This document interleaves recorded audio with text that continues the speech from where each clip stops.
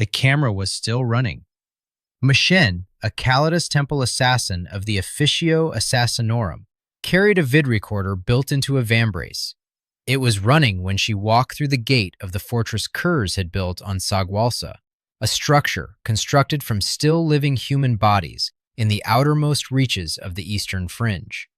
It was running when she found his throne room. No guards, no obstacles. Curze had ordered every Night Lord to stand down and let her through. The recorder captured his final words.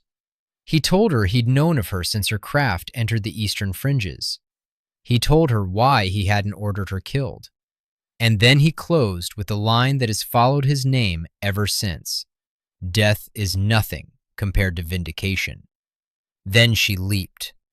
The visual record shows M'Shen leaping forward, but the kill was never confirmed on film. The camera feed cut off before the blow landed. The official record picks up on the other side of that cut. M'Shen beheaded him with her phase sword. She took the head. She took the corona Knox, his crown, the adamantium diadem set with bloodstones, and a single diamond against an obsidian frame. She gathered other relics and walked out of the throne room, leaving a headless body on the floor of a Primarch's palace on a world in the Eastern Fringe. Then she ran into Talos Valkoran. Talos, the Night Lord's apothecary, who would anchor Aaron Dembski-Bowden's Night Lords trilogy under the unofficial title The Soul Hunter, had not obeyed Curze's final order to let the assassin go. He confronted M'Shen in the corridors. She told him she would be remembered as the God Slayer. They fought. She escaped to her ship. Talos pursued her across the galaxy. He caught her eventually. He blinded her with acidic spit, deafened her with an augmented vox scream, impaled and disemboweled her with his chainsword, and tore her apart. M'Shen, the only mortal in the setting's canon who ever successfully killed a Primarch, died before delivering her proof of kill to anyone. She never filed a mission report. The formal confirmation of Konrad Curze's death was never transmitted through official channels to the Officio Assassinorum. The vambrace recording somehow reached Terra anyway. The Night Lords accessed a copy decades later, the first time the Legion had seen their Primarch's face in 10,000 years. The Lexicanum records Curze's death as settled biographical fact. Date approximately 036.M31. Location, Tsagualsa. Cause of death, assassination by M'Shen. Case closed. Two things in the case file have never been explained. The first is structural. Trace the evidentiary chain confirming Curze's death, and it breaks at every critical node. The visual record stops before the killing blow. The physical proof of kill, the head, was removed from the scene by an agent who died before delivering it. The chain of official mission confirmation was severed at her death. Curze's headless body remained on Tsagualsa, a world subsequently fought over in the Battle of Tsagualsa, when Ultramarines' forces assaulted the Night Lord's position there. No canonical source in available research documents Imperial forces recovering, cataloging, or verifying his physical remains at any point. The second is stranger. The corona Knox has a gem set into it. The primary source describing that gem, Simon Spurrier's 2005 Black Library novel, Lord of the Night, describes properties that don't match any ordinary jewel. Properties that the community has been reading against Eldar lore since that book came out and finding specific, pointed overlap.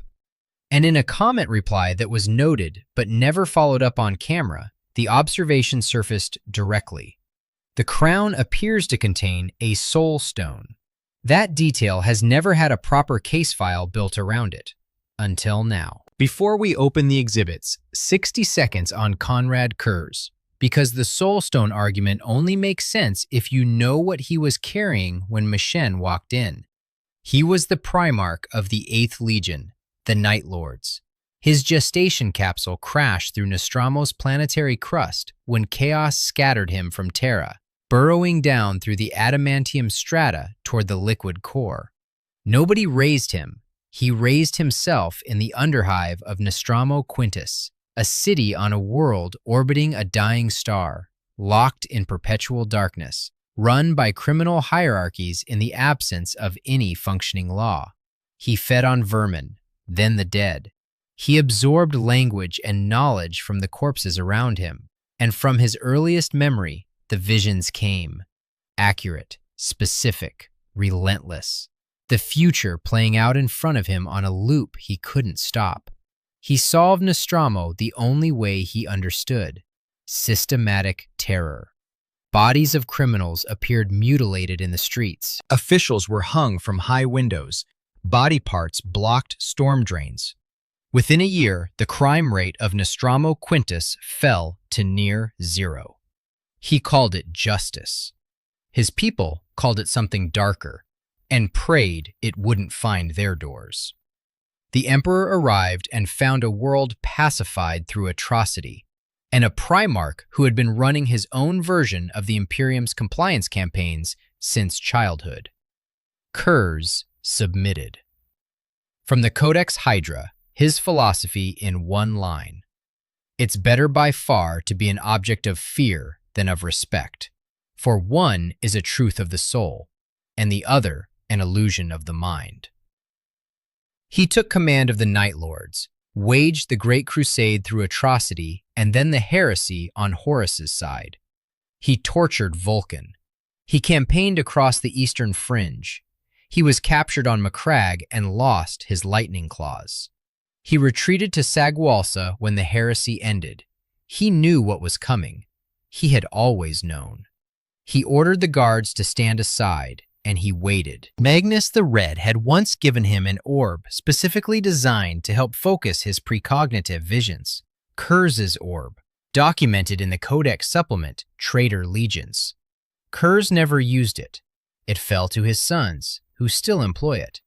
He had no interest in the gift, but he kept the corona Knox on his head from Nostramo through the heresy and all the way to the throne room on Tsagualsa. That asymmetry matters. We'll come back to it. Exhibit A, the Crown. The artifact's canonical name is the Corona Knox, Latin, Crown of Night. Its construction is documented in both the Lexicanum and the Fandom Wiki, both sourcing to Spurrier's Lord of the Night. The frame was forged from adamantium pulled from the impact crater Curze's gestation capsule carved into Nostramo's crust on arrival. He made it from the scar his own birth left on his homeworld. The physical description in the Fandom Wiki: bloodstones and a single diamond embedded within an obsidian frame. The Lexicanum adds only that the gem contrasted against the frame and that it served as the sign of his office on Nostramo. He wore it his entire life, through his reign as Nostramo's ruler, through the Great Crusade, through the heresy, through capture, exile, and the long years on Tsagualsa. The crown was never replaced because it was never lost. M'Shen took it as a trophy after the assassination. It was still on him when she walked in. Now, sourced to Lord of the Night, accounts of the crown describe what wearing it did to him. It was supposedly able to calm his madness when he wore it. The Lexicanum adds, from the same source, that according to Jo Sahal, it provided him with comfort in his darkened dreams.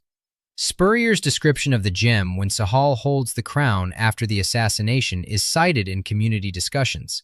It burned with an inner light, as if not cut from the earth but grown, bathing its holder in peace, confidence, and assurance. These aren't the properties of a decorative jewel. A gem that calms a Primarch's visions and madness, burns with inner light, and projects psychic assurance to its holder, is interacting with the warp actively and continuously throughout the wearer's life. That is a functional warp interactive property documented in the primary source for this artifact that no official text has ever explained. When Forge World released the Konrad Curze Primarch model in December 2014, it gave physical form to the crown in resin. The visual representation exists. Community painters have worked with it extensively, but no official Forge World documentation describes the crown gem or identifies what it is. The model confirms the gem's visual presence. It doesn't identify its nature. The community theory, circulating since *The*'s publication, is that this gem is an Eldar soul stone. The identification comes from reading Spurrier's description against the established mechanics of Eldar spirit stones. A gem that interacts with the warp, suppresses psychic intrusion, burns with inner light, and projects calm. The specific overlap with soulstone properties reads to the community as intentional. A Reddit thread on r/Nightlords from 2025 specifically about this question documents the state of the theory. It's an unconfirmed fan theory, with one piece of in-text evidence being that the color of the stone is described as different after Curze dies. That color change claim, in-text evidence of something happening inside the stone at the moment of death, comes from community discussion of Lord of the Night.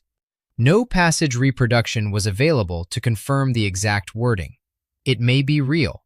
It may be an exaggerated retelling of a more ambiguous description. Without direct access to the relevant passage, confirming or denying it isn't possible. What can be confirmed? The gem has documented unusual properties from the primary source, described specifically and in warp interactive terms.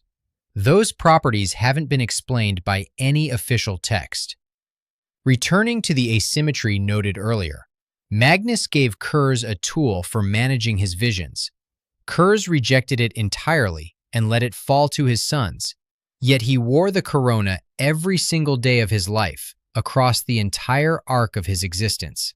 He turned away one psychic focusing device and kept the other permanently. The difference, per the primary source, was that the crown actually worked in the way he needed, not to focus the visions, but to silence them. After the assassination, M'Shen took the corona. After M'Shen died, the Night Lords eventually recovered it. The fandom wiki Corona Knox entry records what followed. Zhou Sahal, Curze's chosen heir as first captain, pursued the artifact for a 10,000-year-long odyssey to recover the artifact and claim his right as his Primarch's successor.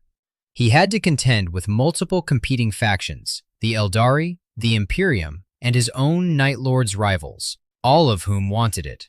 10,000 years. The Eldar competing for a Night Lord succession symbol. Exhibit A. The mechanism. To understand why the soulstone identification matters if it holds, you need to understand exactly what a soulstone does at the moment of death. Eldar spirit stones, also called waystones when empty, dream stones, tears of Isha, are described in the 2nd edition Codex Eldar as a crystallization of psychic forces caused by the interface of the warp and the material universe. They're grown from something structurally similar to wraithbone, the psychically reactive organic material that forms the nervous system of Eldar craft worlds. A living Eldar wears one. During life, the stone is largely receptive rather than active, a prepared vessel. At the moment of death, the stone engages.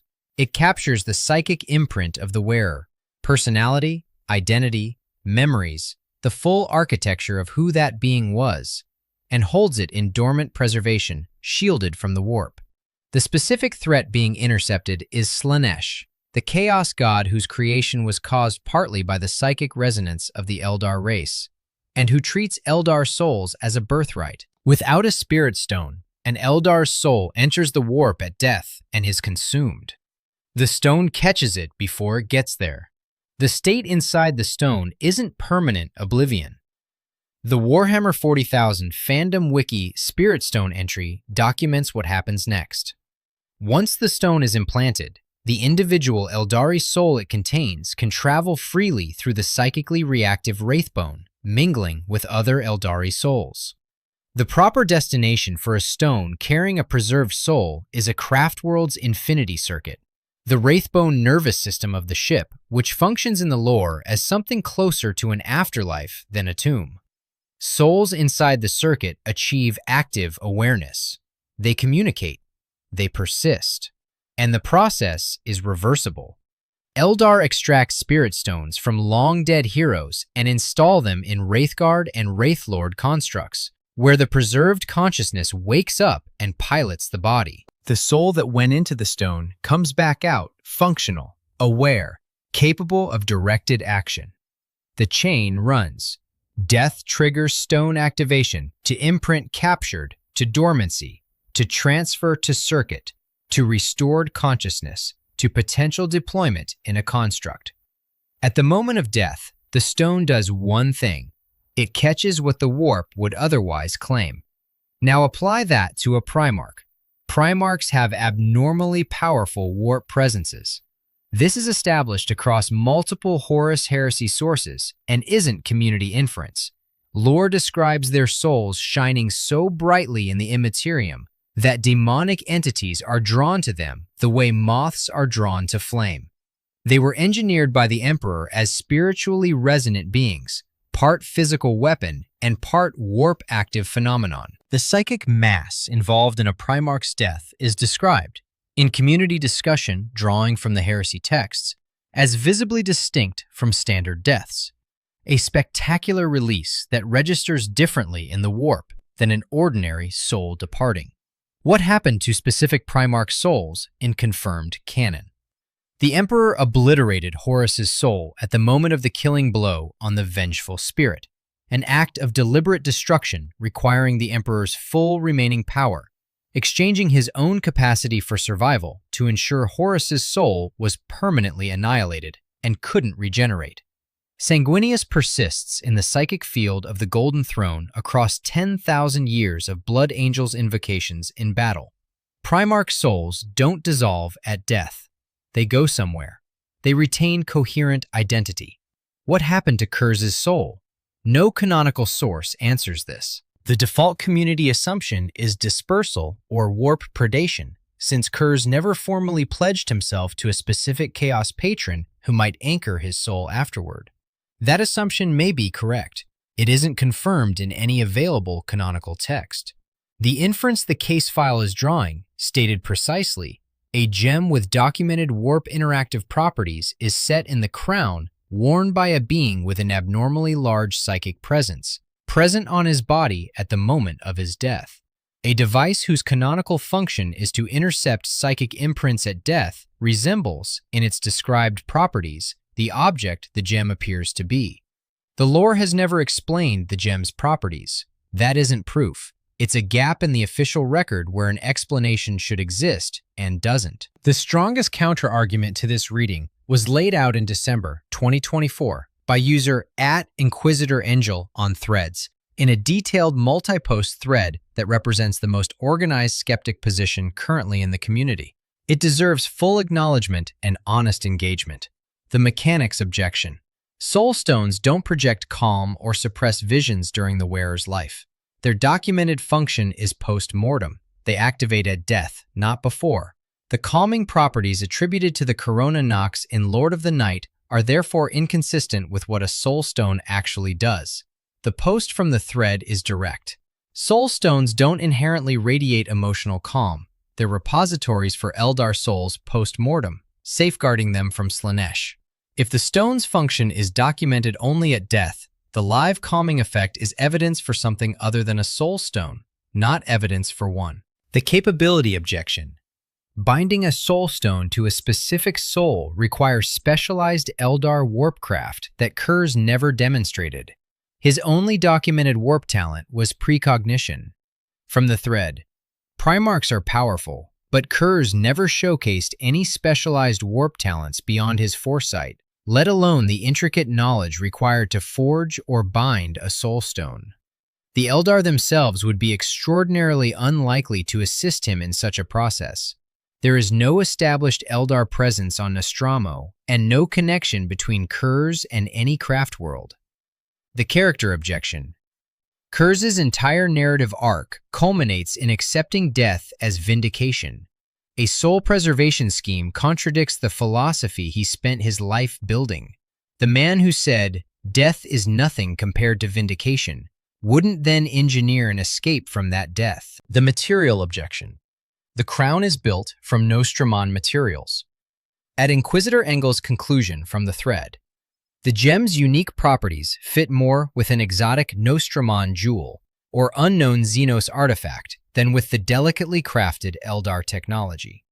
On the Eldar pursuit angle, the same thread argues that Lord of the Night explicitly provides a strategic reason for Eldar interest in the corona that has nothing to do with soul capture. A prophecy among the Eldar claimed the crown could unite the Night Lords under a single leader, making the Legion more dangerous. The Eldar sought to deny that outcome, not to recover a stored consciousness. These are serious objections, and the mechanics argument is the strongest of them. If soul stones only activate post-mortem and don't project calm during life, the calming function documented in the primary source is evidence for something different from a soul stone. That's a clean, logical point that the theory can't dismiss. The character objection, however, has a counter that the thread doesn't address. Curze accepted his death as vindication of his philosophy. Death is nothing compared to vindication is a statement about the value of dying as proof of his argument. It says nothing about what he feared waited for him afterward. And what was waiting for Curze in the warp, given a lifetime of being psychically connected to it, haunted by its visions, deafened by its whispers, wouldn't have been peace. It would have been everything the crown had been protecting him from, now unfiltered and permanent, without the one object that had ever given him silence. A soul stone that caught him at the moment of death and held him in the stone's quiet, in darkness, dormant, shielded from the noise that had tortured his mind since birth, isn't a survival plan. It's an escape plan. It doesn't contradict his acceptance of death. It adds to it. He accepted the death while arranging to avoid the part that would be worse than death.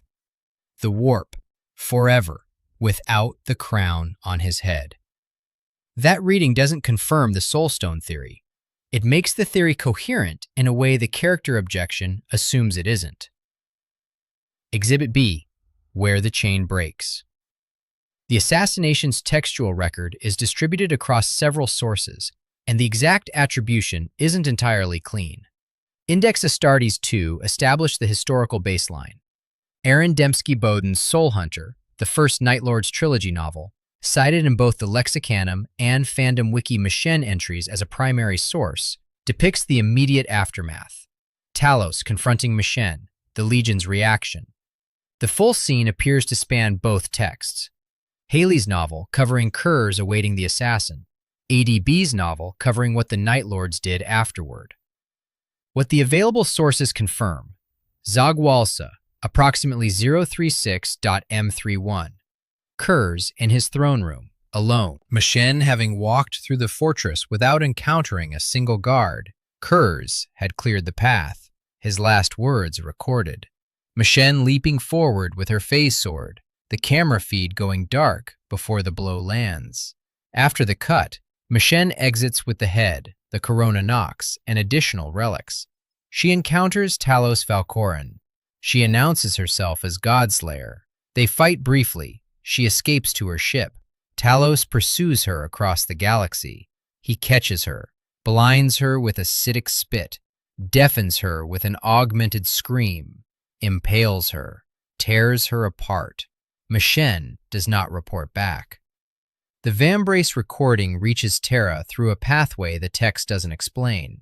The Night Lords access a copy later in ADB's trilogy, and the Legion watches their Primarch's final moments for the first time in 10,000 years. Now trace the evidentiary chain, node by node. The killing blow, not recorded. The camera stopped before it landed. Visual confirmation that the strike connected does not exist in the official record. The head, taken by M'Shen as physical proof of kill, never delivered to the Officio Assassinorum. Location after M'Shen's death is untracked in available canonical sources. The body, headless on Tsagualsa. The Battle of Tsagualsa, the Ultramarines' assault on the Night Lord's position following the assassination, does not address the disposition of Curze's remains in any source available in this research. Whether his body was destroyed, recovered, left untouched, or something else isn't established. The reporting chain, severed. Standard Officio Assassinorum mission confirmation protocol requires the operative's report. M'Shen filed no report because she was killed before she could. The formal institutional record of the kill, as produced through the assassination confirmation process, does not exist. What the lore does instead is treat the death as historical fact through narrative weight. The Night Lords spend 10,000 years as a fractious, leaderless warband, splintered around individual company commanders with no single authority. ADB's entire trilogy, 3 novels, extended engagement with Curze's legacy and death, treats the assassination as settled and real. The characters grieve it, build their identities around it, reference it as the foundational fact of what the Night Lords became afterward. These are real data points. A legion behaving as if their Primarch is dead for 10,000 years across 3 novels written by one of the sharpest lore writers in Black Library's catalog is meaningful circumstantial evidence. It's not nothing, but there's a distinction the case file has to maintain. Narrative treatment and in-universe evidentiary confirmation aren't the same thing. Characters in a story can believe something true that was never formally verified.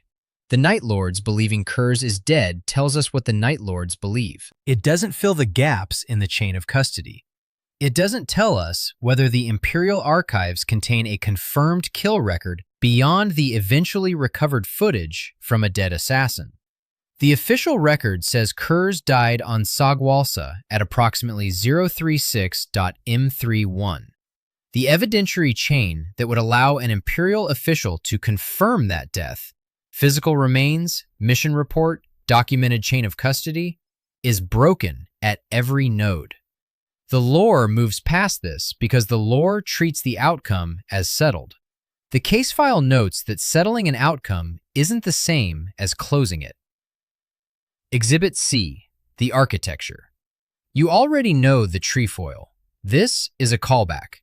Alpha Legion, Space Wolves, Salamanders, 3 mechanisms establishing that official death records and actual endpoints aren't always the same thing in this setting. Alfarius dead at Rogel Dorn's hands in canon, but the Legion has 2 heads, and which one Dorn killed remains contested by identity ambiguity. Leman Russ walked into the Eye of Terror in 084.M31 and hasn't been confirmed dead since. Current status in the lore is simply missing. Fate unknown. Vulcan is a perpetual. Nick Kime's Vulcan Lives establishes directly that he can't be kept dead, that he resurrects regardless of the damage done. 3 arms. 3 different ways the setting has built survival architecture into Primarch deaths. Vulcan specifically is worth dwelling on because of the direct connection. Curze held Vulcan prisoner during the heresy. Across multiple novels, Vulcan Lives, The Unremembered Empire, associated texts, Curze attempted to kill Vulcan repeatedly over extended periods with escalating methods. And Vulcan came back each time because Vulcan always came back. The Primarch Curze most directly, personally, and extensively encountered was the one whose immortality was biological and indestructible. Curze saw Primarch mortality failing to function at close range. He watched the Salamander's Primarch die and return. He watched it multiple times. Whether that observation informed any practical thinking on his part isn't established in the text, but it placed him uniquely among the other Primarchs in extended direct contact with the concept that being killed and being dead weren't necessarily the same thing for beings of their kind. That experience sits in the case file as texture, not proof. A soulstone mechanism would constitute a 4th architecture, distinct from all 3 trefoil arms.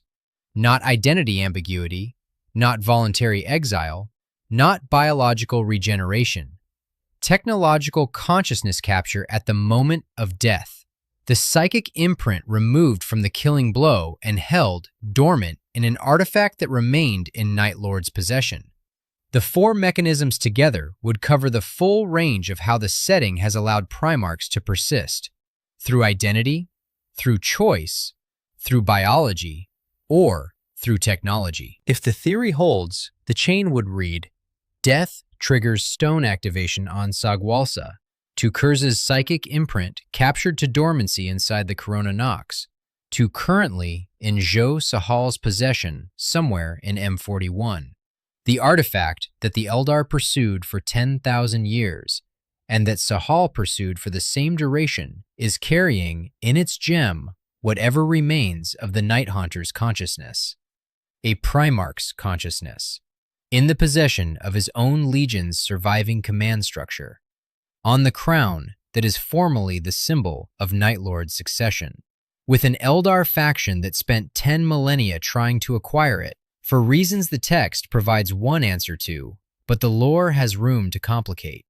The setting has consistently rewarded the interpretation that official death and actual endpoint are different things for Primarchs. The architecture is built. Whether Curze was designed to fit into, it's a question the lore has left open. The honest accounting. Let me state clearly what the evidence supports and what it doesn't, so there's no ambiguity about what this case file is claiming. Confirmed at high confidence, M'Shen was a Callidus assassin. She was deployed to Tsagualsa to kill Curze approximately 036.M31. She accessed the throne room. Curze spoke. The camera cut before the killing blow. M'Shen took the head and the Corona Knox. Talos Valcorin killed M'Shen before she could report. Curze's headless body remained on Tsagualsa. No canonical source documents. Imperial physical verification of his remains. The visual record cuts off before the killing blow connects. Confirmed by primary source. The Corona Knox, as described in Lord of the Night by Simon Spurrier, had warp interactive properties operating throughout Curze's lifetime, calming his madness and providing comfort in his darkened dreams. These properties are documented in both the Lexicanum and Fandom Wiki entries sourced to that novel. Confirmed by general lore, Eldar Soulstones capture psychic imprints at death and preserve them from warp consumption. Primarchs have abnormally powerful warp presences. Primarch souls, Horus and Sanguinius among them, persist in documented form after death. Community theory, unverified, that the gem is an Eldar Soulstone. The identification is rooted in Spurrier's 2005 novel and hasn't been carried forward into the Horus Heresy series or the Primarch series. The claim that the gem's description changes in the text after Curze's death couldn't be confirmed from passage reproduction. At Inquisitor Angel's December 2024 counterarguments are substantive. The mechanics objection is the strongest.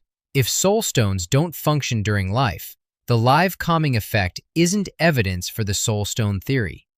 The character objection is serious, but dissolves under the escape from the warp rather than survival plan reading, which the thread doesn't engage. The capability objection raises a real question about how a Nostramon-forged crown could end up with Eldar soulstone properties, a question the theory has no clean answer to. The material objection, that the gem is likely Nostramon in origin, is the simplest explanation available and the one requiring the least extraordinary evidence. None of the counterarguments explain what the gem actually is. Exotic Nostramon jewel leaves the documented warp interactive properties unexplained by invoking something unusual that has no lore parallel. It answers the question by deferring it. That's a legitimate answer. It's not a closed one. Verdict: Tsagualsa, approximately 036.M31. M'Shen walks in. Curze speaks his last words. The camera records him up to the moment before the blade falls. The accepted version of events. Case closed. Confirmed kill. Biographical fact across every lore source that touches this period. The case file. The killing blow wasn't recorded. The proof of kill was never delivered. The body was never verified by imperial authorities. The official reporting chain was severed permanently at M'Shen's death. And an artifact on the body at the moment of death has specific, documented warp interactive properties that no official canonical text has ever explained. properties that overlap precisely with a class of device whose documented function is to capture psychic imprints at the moment of death. Those are two separate problems. The missing body is a gap in the evidentiary record, real, significant, possibly just narrative convenience in a setting that doesn't always follow the death paperwork through to completion. The gem is different.